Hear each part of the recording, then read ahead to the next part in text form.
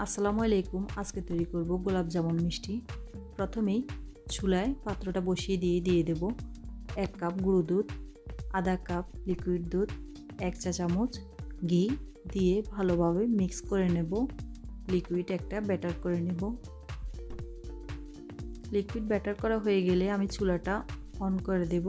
একদম লো হিটে আমি এভাবেই নাড়তে নাড়তে অনেকটাই গাঢ় একটা ব্যাটার করে নেব। দেখে বুঝে নিতে হবে। যখনই একটি ব্যাটার হয়ে যাবে তখনই ব্যাটারটাকে ঠান্ডা করে নেব আর সাথে নিয়ে নেব 3 টেবিল চামচ ময়দা, আধা চা চামচ বেকিং পাউডার। অবশ্যই আমি যেভাবে পরিমাণ বলছি ঠিক এভাবে দিবেন, তাহলে মিষ্টি অনেক ভালো হবে। এরপরে যখনই আঠালো ব্যাটারটা ঠান্ডা হয়ে যাবে তখন এভাবে হাত দিয়ে আমি এটাকে মলে নেব।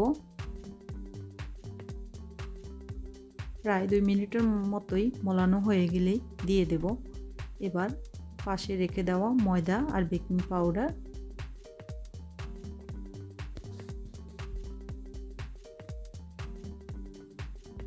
একইভাবে আমি সব ব্যাটার আর ময়দা অ্যাড করে নেব, ভালোভাবে মিক্স করে নেব যেন একটা আটালো একটা ব্যাটার হয়ে যায়।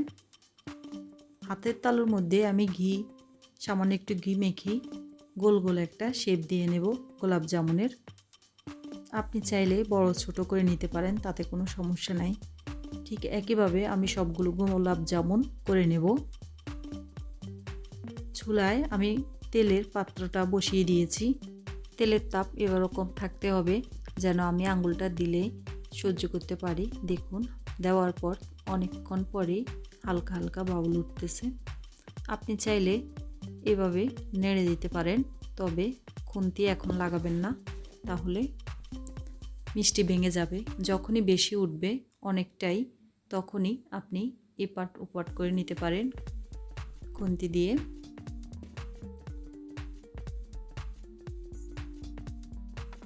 অপেক্ষা করব গোলাপ জামুনের কালার আসা পর্যন্ত।